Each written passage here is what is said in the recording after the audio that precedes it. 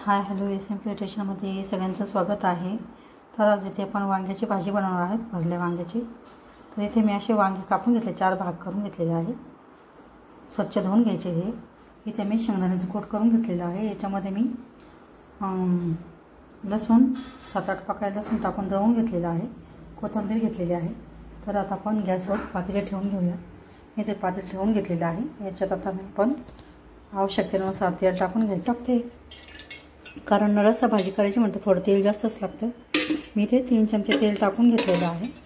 इथे बघू शकता आपलं तेल तापून झालेलं आहे।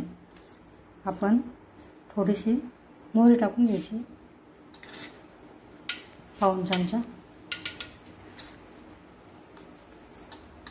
मोहरी तळून झाली की आपण अर्धा चमचा जिरे टाकायचे। झालं की आपण आता हे वांगे टाकून घ्यायचे याच्यामध्ये। हे मी असे 4 भाग करून घेतलेले वांगे परतून घ्यायचे आता चांगले तेलात।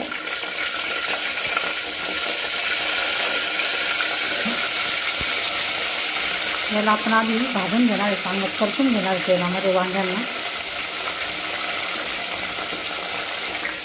तेलात परतून घ्यायचे चांगले दाट पडेपर्यंत, म्हणजे लवकर आपले वांगे पण शिजतात।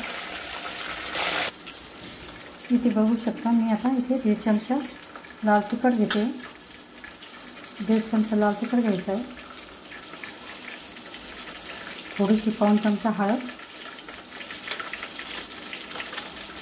आणि 1 चमचा गरम मसाला घेतलेला आहे, काळा मसाला।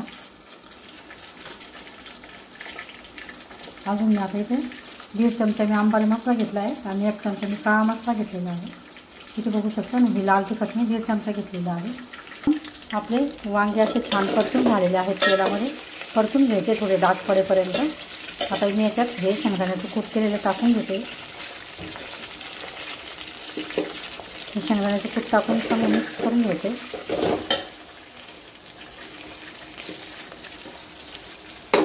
अशा पद्धतीने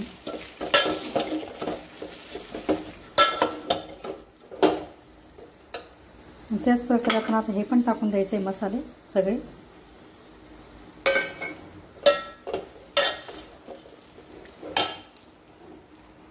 आपण आता कोथिंबीर पण टाकून घ्यायची याच्यातच।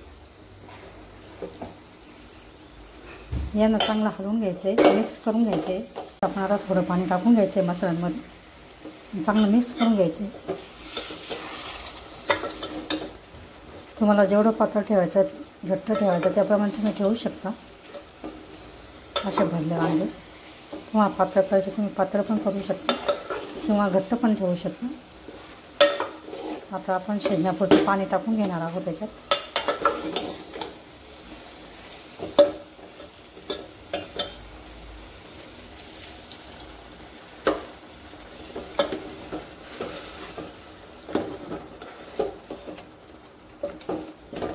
अशा पद्धतीची भाजी पण छान लागते शेंगदाण्यामध्ये वांग्याची।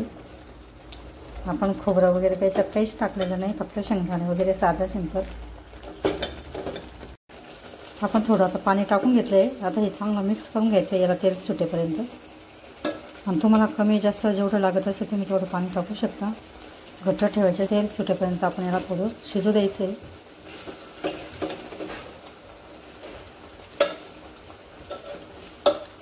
अशी शेंगदाण्याची भाजी पण खूप छान लागते, नक्की करून बघा। जर माझी व्हिडिओ रेसिपी आवडत असतील तर मला माझ्या चॅनलला लाईक करा, शेअर करा, कॉमेंट्स करा।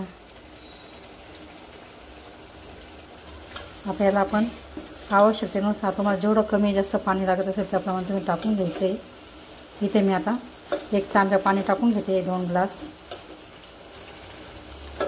आता आपल्या फोडणीला छान असं तेल सुटलेलं आहे, इथे बघू शकता। आता थोडं थोडं परत मी पाणी टाकून घेणार आहे,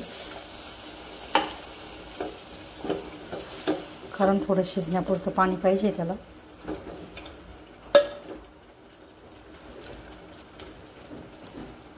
5-10 मिनटं आपण पाणी टाकल्यानंतर त्याला शिजवून घ्यायचे। मी आधी 1 ग्लास टाकलं होतं, आता अजून हा 1 ग्लास टाकून घेणार आहे पाणी, ते बघू शकता। मला ही इथे थोडी पातळच भाजी करायची आहे, त्याच्यामुळे मी तुम्हाला जेवढे पातळ पाहिजे असेल मी इथे आता 3 ग्लास पाणी टाकून घेतलेलं आहे। त्या पद्धतीने ह्या अशा पद्धतीने इथे बघू शकतो। आता याच्यात आपण अर्धा चमचा मीठ टाकून घ्यायचे, अंदाजानुसार मीठ टाकून घ्यायचे। मी तर अर्धा चमचा टाकते।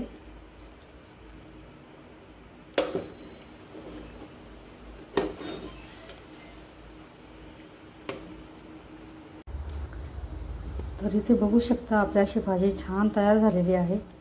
तर ही रेसिपी आवडल्यास लाईक करा, शेअर करा, चॅनलला सबस्क्राईब करा। व्हिडिओ बघितल्याबद्दल धन्यवाद। मस्त खा आणि स्वस्त रहा। पुन्हा भेटूया नवीन रेसिपीसोबत।